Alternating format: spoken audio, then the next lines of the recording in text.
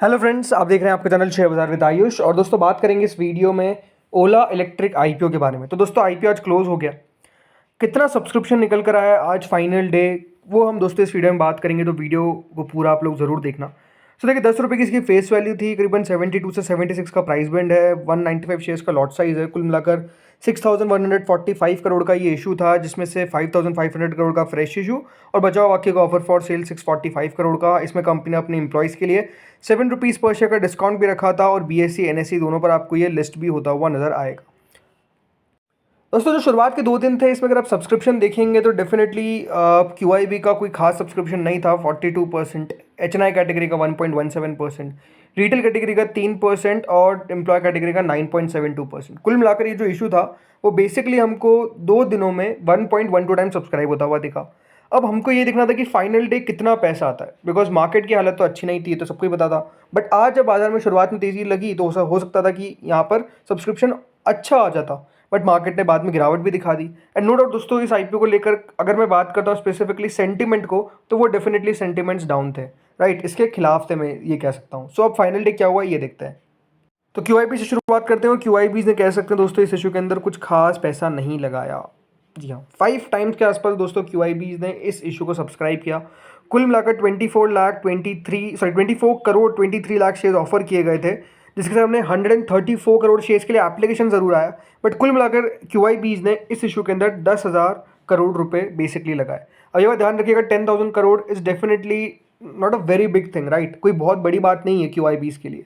QIB सबको पता है 50 करोड़ भी लगा देते हैं, 60,000 भी लगा देते हैं, लाख भी लगा देते हैं, बट इशू अच्छा होना चाहिए, या फिर कह सकते हैं उसको लेकर सेंटिमेंट स्पेसिफिकली अच्छा होना चाहिए, मार्केट की हालत अच्छी होनी चाहिए। और एग्जैक्टली हम कह सकते हैं दोस्तों यहाँ पर जो सारी चीज़ें थी वो नेगेटिव थी, और इसीलिए सिर्फ 5 गुना क्यूआईबीज बेसिकली इस इशू को भर पाए।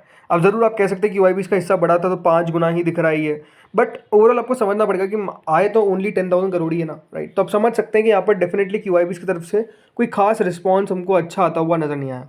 फिर आती है एचएनआई कैटेगरी, जो भी डेफिनेटली बिल्कुल भी इंटरेस्टेड नहीं लगी इशू के अंदर। ओनली 2.5 टाइम्स, मतलब आपने कौन सा आखिरी ऐसा मेन वर्ड आईपीओ देखा होगा जिसके अंदर इतना कम सब्सक्रिप्शन था, राइट। सो एचएनआई कैटेगरी भी कुल मिलाकर 2.5 गुना हमको बढ़ती हुई नजर आई। कुल मिलाकर 2,313 करोड़ रुपीज लगाए गए, जिसमें अगर मैं बात करता हूँ बिग एचएनआई कैटेगरी की, तो 2.75 टाइम दोस्तों बिग एचएनआई कैटेगरी सब्सक्राइब हुई। कुल मिलाकर 1,691 करोड़ रुपीज जो है वो बेसिकली लगाए गए। अब ये बात ध्यान रखिएगा, अगर आपने बिग एचएनआई कैटेगरी में लगाया है तो आपको तो अलॉटमेंट मिलने वाला है, बल्कि आपको और ज़्यादा शेयर्स मिल जाएंगे, बिकॉज बिग एचएनआई कैटेगरी देखा जाए तो हर 5 में से मतलब जब 5 गुना सब्सक्राइब यहाँ पर आपको दिखता है तो हर 5 में से 5 यानी राइट, मतलब 5 को डिवाइड करते 5 से तो हर व्यक्ति को अलॉटमेंट लगता है। अब ये तो बेसिकली 5 गुना से भी कम बढ़ा है, तो इसका मतलब ये है कि आपको अलॉटमेंट पक्का मिलेगा, जैसा मैंने कहा, और ज़्यादा शेयर आपको मिलते हुए नजर आ सकते हैं। इसकी पॉसिबिलिटी है अगर आपने बिट थोड़ी सी ज़्यादा लगाई है, राइट। सो आप समझ सकते हैं यहाँ पर आपको अच्छा अलॉटमेंट लग जाएगा। स्मॉल एचएनआई कैटेगरी 2 गुना सब्सक्राइब हुई, तो यहाँ पर भी मतलब जिसने लगाया है ऑलमोस्ट चांसेस है कि आपको अलॉटमेंट मिल ही जाएगा, क्योंकि यहाँ पे हर 2 में से 1 को अलॉटमेंट मिलने वाला है। कुल मिलाकर 622 करोड़ रुपए जो है वो बेसिकली यहाँ पर हमको आते हुए नजर आए हैं, किनके द्वारा, स्मॉल एचएनआईज के द्वारा। नो डाउट काफ़ी कम सब्सक्रिप्शन है। फिर आती है दोस्तों रिटेल कैटेगरी, जो 4 गुना सब्सक्राइब हुई। कुल मिलाकर 8 करोड़ शेयर ऑफर किए गए थे और 32 करोड़ शेयर्स के लिए एप्लीकेशन आया। कुल मिलाकर 2,485 करोड़ रुपीज़ जो है वो बेसिकली रिटेल ने लगाया। अब रिटेल में अलॉटमेंट क्या होने वाला है, सिंपल सी बात है इसके अंदर भी कि ओवरऑल हर 3 में से 1 को अलॉटमेंट मिलेगा ही मिलेगा। बट ऐसा सुनने में आ रहा है कि काफ़ी लोगों ने अपनी एप्लीकेशंस को कैंसिल भी किया है, राइट। तो हो सकता है कि रेशियो और नीचे जाए, बट मोटा मोटी यहाँ पर भी हर 3 में से 1 को अलॉटमेंट मिल जाएगा। इसकी पॉसिबिलिटी जो है वो डेफिनेटली काफ़ी हाई है। बाकी एम्प्लॉय कैटेगरी एकमात्र ऐसी कैटेगरी है जो बेसिकली आपको डबल डिजिट में आ जाती हुई नजर आई, यानी 12.38 टाइम सब्सक्राइब हुई। कुल मिलाकर 75 करोड़ रुपीज़ कंपनी के एम्प्लॉयज़ ने लगाया। टोटल मिलाकर ये दोस्तों जो इशू है वो हमको सब्सक्राइब होता हुआ दिखा 4.45 टाइम्स। 15,000 करोड़ रुपए आए तो सही, बट आप समझ सकते हैं ये हाल फिलहाल में जिस तरीके से इशू में पैसे आ रहे थे उसके हिसाब से काफ़ी ज़्यादा लो है, काफ़ी ज़्यादा कम है। और उसके पीछे का रीज़न क्या रहा, no doubt market, no doubt valuations, no doubt company itself, right. क्योंकि एक लॉस मेकिंग कंपनी है, राइट। तो मार्केट्स में वैसे देखिए लॉस मेकिंग कंपनी से डर ही लगता है। और जिस तरीके से आप समझ सकते हैं पेटीएम का हाल हुआ था, लोगों के माइंड में वो भी है जो पेटीएम में जिन्होंने आईपीओ में लगाया, और आज तक कह सकते हैं पैसे रिकवर होने की तो बात काफ़ी दूर है, बल्कि आधे से ज़्यादा और उससे ज़्यादा देखिए डेफिनेटली उनकी जो कैपिटल थी वो वेस्ट हो गई है। तो यही अपने आप में एक बड़ा कारण है कि देखिए ऐसे आईपीओ से लोग बचते हैं जहाँ पर लॉस होता है, और यही मुझे साफ नज़र आता हुआ दिखा है, राइट। बाकी दोस्तों इस आईपीओ का अलॉटमेंट कब आएगा? अलॉटमेंट आएगा कल यानी 7 अगस्त को। और ये बात ध्यान रखिएगा, इसका लिस्टिंग कब होगा? लिस्टिंग होगा 9th को, राइट? तो फ्राइडे को लिस्टिंग भी हो जाएगा, कल अलॉटमेंट भी आ जाएगा। और अगर कल अलॉटमेंट आपको नहीं मिलता तो 8 को पैसा भी वापस आ जाएगा। बट चांसेस तो जैसा मैंने कहा यही है कि दोस्तों इस इशू के अंदर आपको अलॉटमेंट मिलता हुआ नजर आएगा। इसकी पॉसिबिलिटी डेफिनेटली काफ़ी हाई है।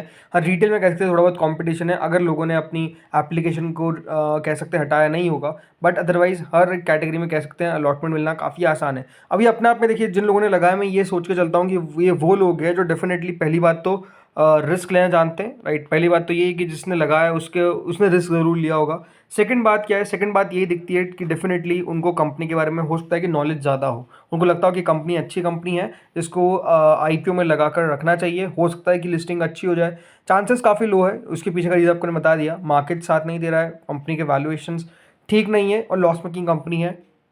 बट ये बात सही है कि दोस्तों अगर बाजार में थोड़ा बहुत भी पॉजिटिविटी देखने को मिलती है तो उसका भी असर कितना पड़ जाएगा, ये अपने आप में एक सोचने वाली बात है। क्योंकि पैसा क्यूआईबीज की तरफ से कमा है। अगर आज इसमें क्यूआईबीज 40-50 लाख करोड़ लगा देते तो मैं आपको ये कह सकता था कि डेफिनेटली इस इशू के अंदर कुछ भी हो सकता है, पॉजिटिव लिस्टिंग भी हो सकती है। बट जब क्यूआईबीज ने इतना कम पैसा लगाया तो ये सोच पाना मुश्किल है कि इसमें कितना पैसा बन पाएगा किसी का भी, राइट? बाकी अगर ग्रे मार्केट की बात करें तो देखिए, ग्रे मार्केट तो कितनी चल रही है आप देख सकते हैं, -1। जी हाँ, ग्रे मार्केट डिस्काउंट में चली गई। मतलब ग्रे मार्केट भी कह रही है कि फ़ायदा नहीं होने वाला है, नुकसान होने वाला है, इसकी पॉसिबिलिटी है। तो आप समझ सकते हैं कि देखिए चीज़ें कोई अच्छी तो है नहीं, राइट? 1.32% का डिस्काउंट ऑलरेडी दोस्तों यहाँ पर ग्रे मार्केट दिखा रहा है। और ग्रे मार्केट हर रोज गिर रहा था, राइट? तो ये समझ सकता हूँ मैं कि जिन लोगों ने लगाया, रिस्क लिया, हो सकता है कि वो लॉन्ग टर्म इन्वेस्टर्स हो, उनको कोई फ़र्क नहीं पड़ता हो। बट ये बात सही है कि जिसने लगाया है उन्होंने सोच समझ के लगाया होगा। अपन यही सोच सकते हैं, राइट? ये मैंने आपको पहले ही ग्रे मार्केट में जब अपग्रेड किया था तब भी आपको ने कह दिया था कि इस इशू से दूर रहे उतना बेहतर है। बिकॉज ये बात ध्यान रखिएगा, ये पहला और आखिरी इशू तो है नहीं।